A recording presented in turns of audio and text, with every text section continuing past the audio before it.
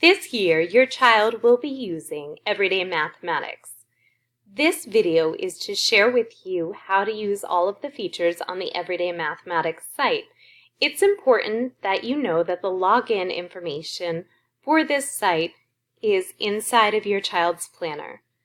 When you open up the first page, all of the login information for how to get onto all of these sites should be right there. Of course, if you have any questions, please contact your child's teacher. So today we're going to take a look at the features of Everyday Mathematics.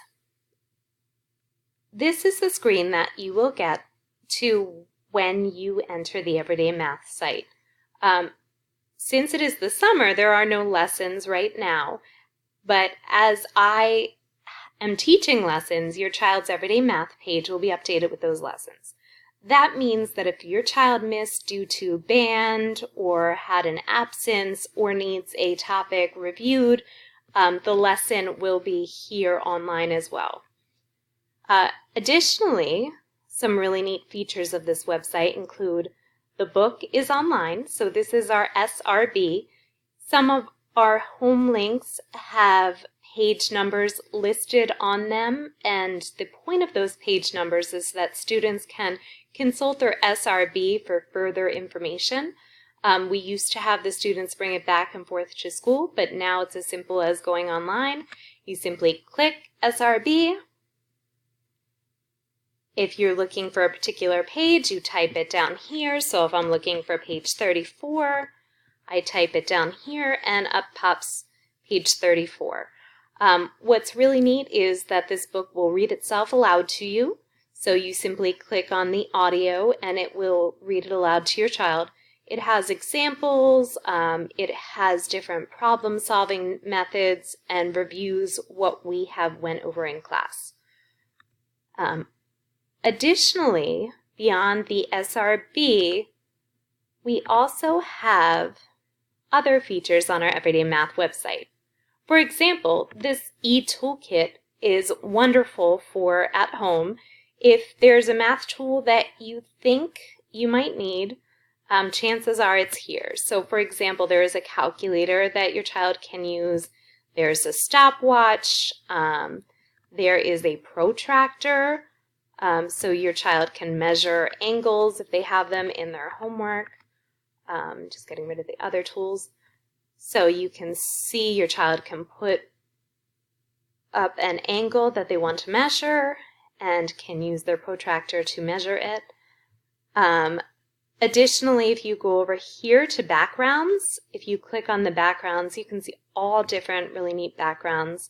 For example, this is an area model that we use in class. So sometimes students think, this really helped me in class when we use the division area model and want to be able to use it at home. Well, here it is. They have access to almost all of the templates that we use in class.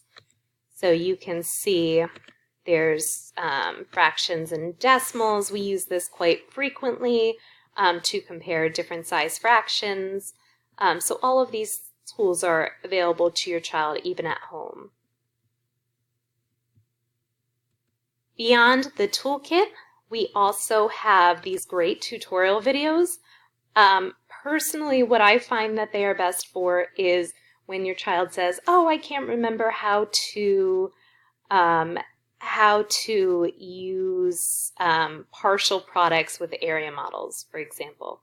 Well, when we were in school, we may have learned a different way, but the Everyday Math program has some really great ways that we focus on learning multiplication within the program. So this is a great way for you to say to your child, "Here you go, let me help you," and open up the tutorial video with your child, and they do walk you through how to complete a particular strategy or problem-solving method. In addition to the tutorial videos, we also have all of the students' favorite games online. You should be aware that any game progress is sent to me as well. So while all of the games are certainly appropriate for school, some of them So for example, you have things like Top It.